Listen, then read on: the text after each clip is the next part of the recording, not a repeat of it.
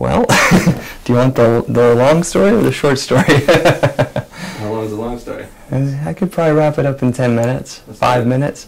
Let's do it. Well, and my thinking around this will probably be non-linear, so I'll try and make it go from beginning to middle to end.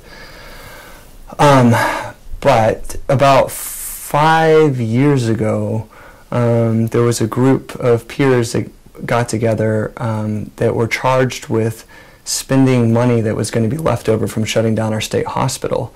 And we had, I think, roughly $200,000 that we could allocate towards some kind of peer service. So we got together for about 6 months to a year and really discussed like what kind of options that we wanted to fund. And as part of that process, we did some research.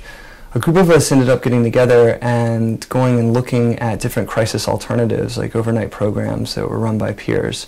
And this was actually spurred on by my friend Xenia Williams. Hand wrote something called Holistic Crisis Residence, and there's this like almost manifesto, and I still wish I had it because it's just an artifact at this point, but it basically spelled out the tenets of having a place where people could go that would be safe and supportive, involve the use of peers, and that wouldn't be coercive or sort of like try and push medication or diagnoses on people. So from that sort of ideology, we went and we researched different projects. We went and we looked at a project in New Hampshire called Stepping Stones. We went to the Rose House in New York, and we ended up deciding that we wanted to do that with the funds. We wanted to build this peer-run crisis alternative. During that time, I think it was Xenia as well, I went to the Mind Freedom Conference. It was in Massachusetts, and picked up a book on something called Soteria. And she ended up telling me about it, and I ended up reading the book. And I was hooked. I was basically really inspired to read about a very different, innovative, and by all accounts effective kind of program. So there was sort of the seed was planted way back then, and we started to have discussions about, you know, the idea of, well, why isn't Soteria alive anywhere else? And this is before the Alaska one opened. So we ended up, that peer-run crisis respite idea ended up becoming a program called Alyssum, which is now open in Rochester, and is one of many, you know, peer-run crisis alternatives that sprung up over the last decade across the country. And it's a great program. The difference is Alyssum is sort of like, you know, people can go there for a couple weeks at a time, receive a lot of really good support, and it has 2 beds, but it doesn't sort of have a long-term element to it, and it's not sort of geared specifically towards people having psychosis or a first psychotic break. So this idea of doing a Soteria is still in the back of our heads. I actually about 3.5 years ago, what ended up happening was I was out, I led a trip as a job overseas, and I was in the Australian outback, and I actually went through a crisis for about a month while I was on that trip. And when I was in the outback, I started to envision coming back to the United States, and what I wanted to do, I got all this energy and wrote this manifesto, was I wanted to get a bike, and I wanted to ride my bike from old asylum to old asylum in every state, and to, you know, proclaim that we needed to rebuild Soteria houses, and why aren't we doing this?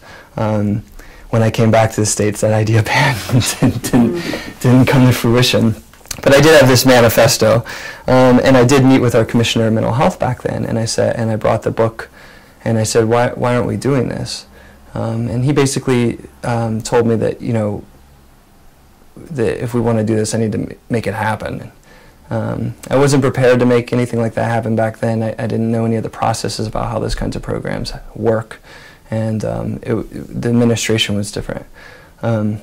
What's happened since then was, about 1.5 years, 2 years ago, we had a change in administration in our government.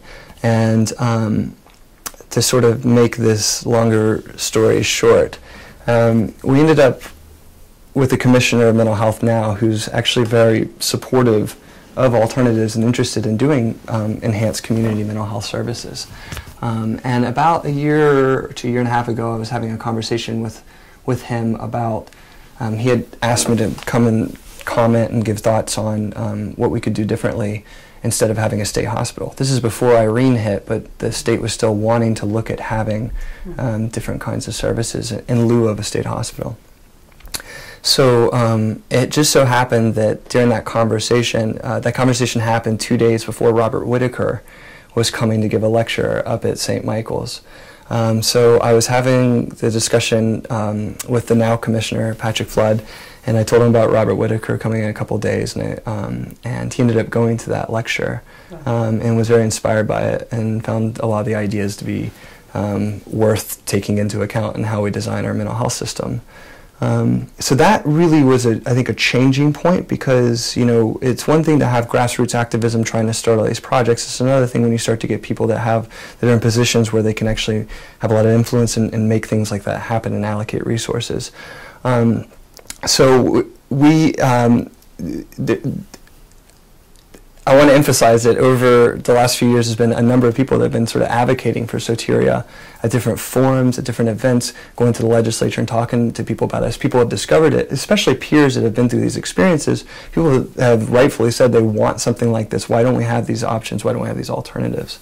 So there's been this, you know, sort of a slow little groundswell building. So it turns out that our hospital, it turns out that what ended up happening was the Department of Mental Health asked me to submit a proposal for building a Soteria house. I submitted a proposal and I sought out support. It was a very short proposal, it was just a couple pages, and it turns out that you know, there was a number of psychiatrists that signed on to it, a lot of advocates, peers, people that work in different kinds of social service agencies were interested in doing this. We had support from a number of different places in Vermont.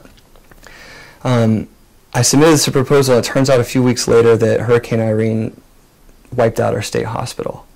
So now our state is in a crisis. They need to figure out, wow, we don't have a state hospital, what are we going to do? And we need to create replacement services quick. So last legislative session, which started in January, was kind of, I think, probably craziest for people working in the Department of Mental Health, but crazy for a lot of people crazy people working in hospitals, trying to figure out how to really solve some of this crisis. With that happening, the State Department of Mental Health was now seriously looking at alternative proposals for enhancing community services that would reduce the state hospital need. And Soteria was in their repertoire of an option. So we made our case before the legislature.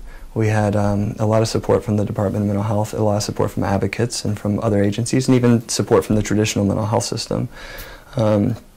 And we got it funded. And so it's currently funded at $1 million a year. Beginning next July, the $1 million will be appropriated indefinitely to build this project. So what is the Soteria house?